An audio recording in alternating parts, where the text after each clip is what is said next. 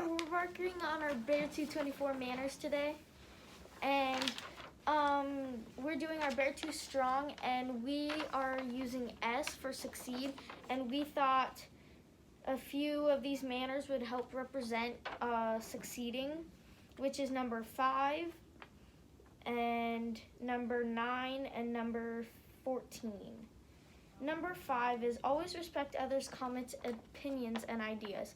And I think that means that if you have an idea and you don't think that it's like the best idea, but you don't want to hurt them, you should just say, I mean, it's a good idea, but probably not for this problem. Or say something like that so you don't hurt their feelings.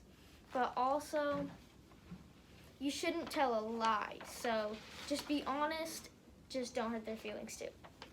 Okay, perfect. And yours is number 9? Yep. Tell us about number 9. It's always say thank you when you are given something. I think that's a good one because if you don't say thank you, people might think that you're trying to be rude or you just don't want to be given that or you don't like it. So saying thank you would represent like, yeah, I like it. Thank you so much for this and that you appreciate that they gave it to you. And even just the thought, right? Yeah. You know, sometimes I think both as kids and as adults, we forget sometimes the power of that word thank you. Yeah. Because if I as a teacher continue to do things for you and you never say thank you, do you think I'd want to keep doing it? No, definitely not. And what if you were doing things for me? Like even this video, when we're done, I'm going to be sure to tell you thank you. Yeah. If you were doing all these things for us as a school and nobody ever said thank you, would you want to keep doing it? No. No. So it can be really important sometimes. Yeah. All right, so number 5, number 9, and 14? Yes. All right, what's number 14? Number 14 is do not moan or complain when work is assigned. Practice makes you better. So And- elaborate on that a little bit. What do you mean by don't moan or complain when you're assigned work? What does that look like? Well, you could be like, oh my gosh, you just gave me more work. I already have this that you just gave me. And if you think about it, like in sports, you have to practice on what you want to be. So like in softball, I'm a pitcher and I can't just be perfect at everything, so I have to practice. In soccer, I have to run laps so I'm faster. I just exercise. And practice dribbling and doing all that stuff, right? All those And I little have to- drills that you do.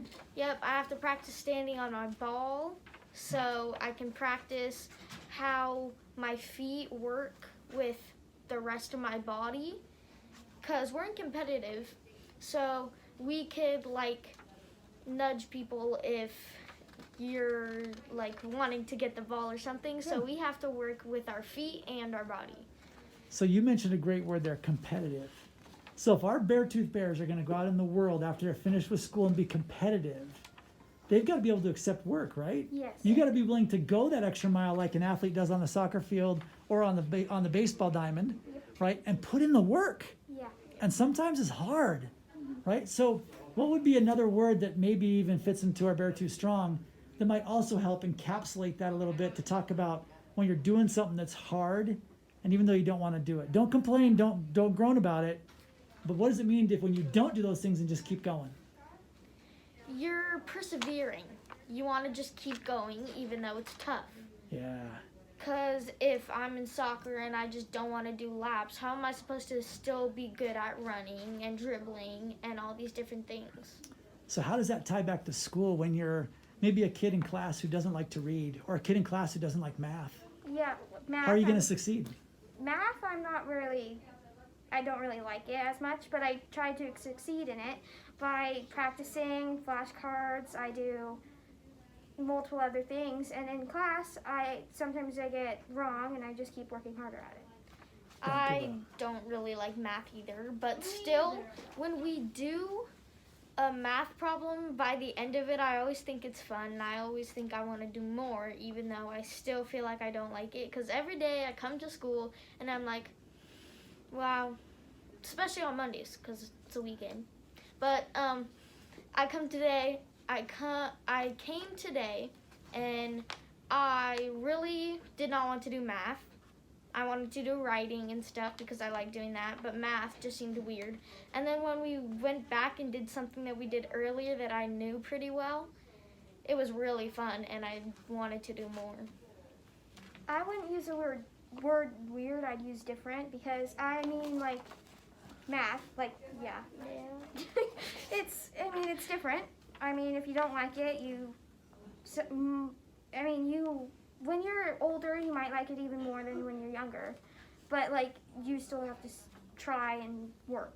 Well, because things change, right? Yeah. As you get older, there are things that you didn't like when you were younger that now Yeah. you start to like, and same thing. And the same thing's gonna happen with subjects in school, most likely. Yes. Is that you'll find things that you love and things that maybe still are harder for you or things you don't love.